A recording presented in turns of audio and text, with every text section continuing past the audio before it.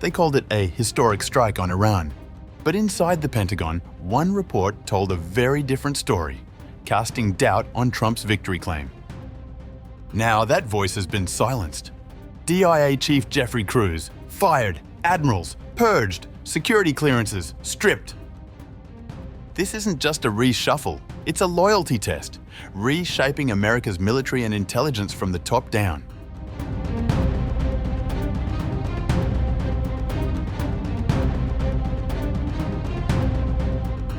US Defense Secretary Pete Hegseth has fired the head of the US Defense Intelligence Agency, or the DIA, which issued an assessment on US strikes on Iranian nuclear facilities, as well as other senior military officials.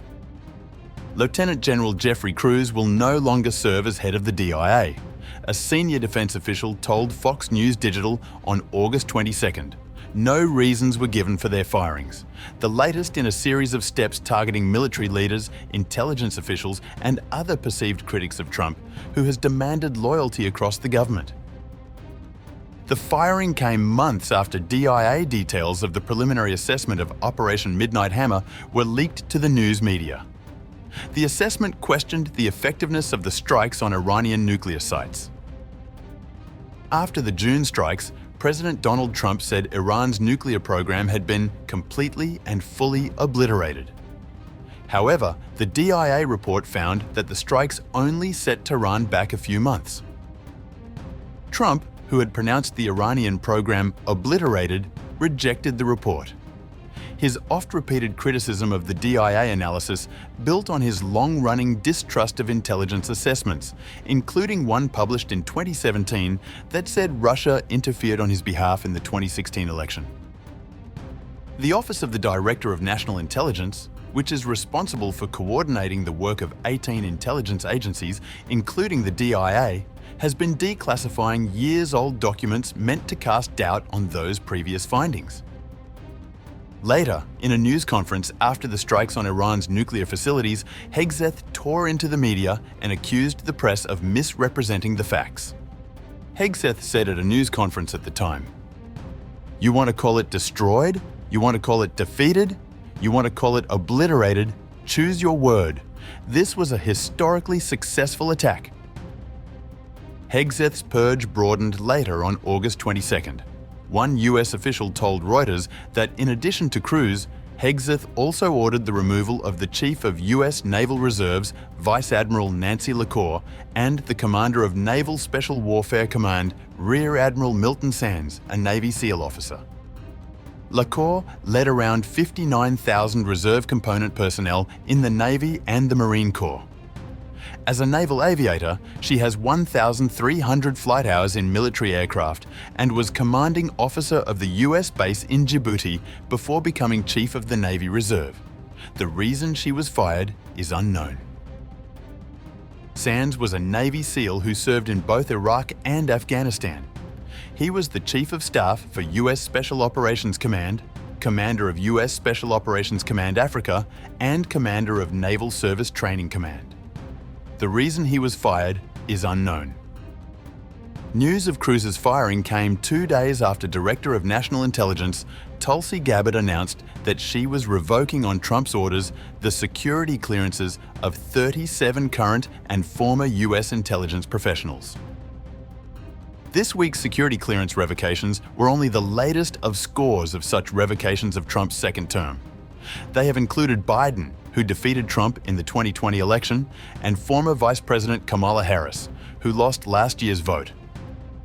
Earlier this week, Gabbard also announced the first major overhaul of her office since its creation, slashing personnel by more than 40% by October 1st and saving more than $700 million per year.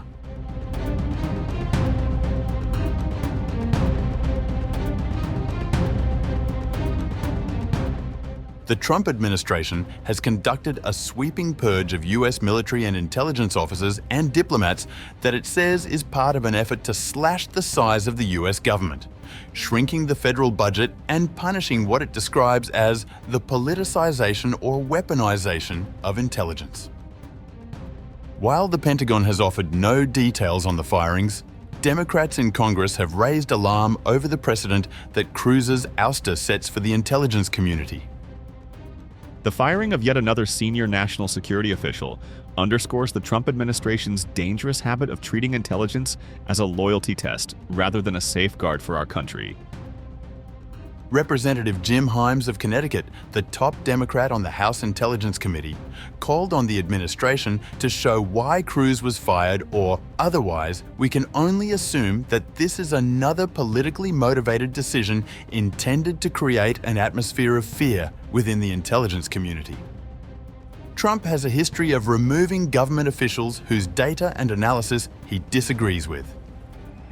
Earlier this month, after a lousy jobs report, he fired the official in charge of the data. His administration also has stopped posting reports on climate change, cancelled studies on vaccine access, and removed data on gender identity from government sites.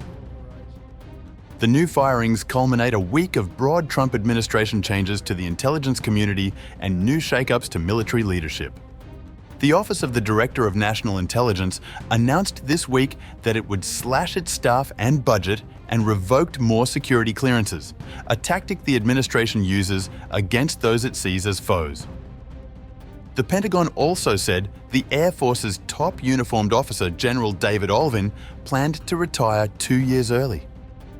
Hegseth and Trump have been aggressive in dismissing top military officials, often without formal explanation. The administration has fired Air Force General C.Q. Brown Jr. as the chairman of the Joint Chiefs of Staff, as well as the Navy's top officer, the Air Force's second highest ranking officer, and the top lawyers for 3 military service branches. In April, Hegseth dismissed General Tim Hoff as head of the National Security Agency and Vice Admiral Shoshana Chatfield, who was a senior official at NATO. No public explanations have been offered by the Pentagon for any of the firings, though some of the officers were believed by the administration to endorse diversity, equity, and inclusion programs. Trump has demanded that government agencies purge DEI efforts.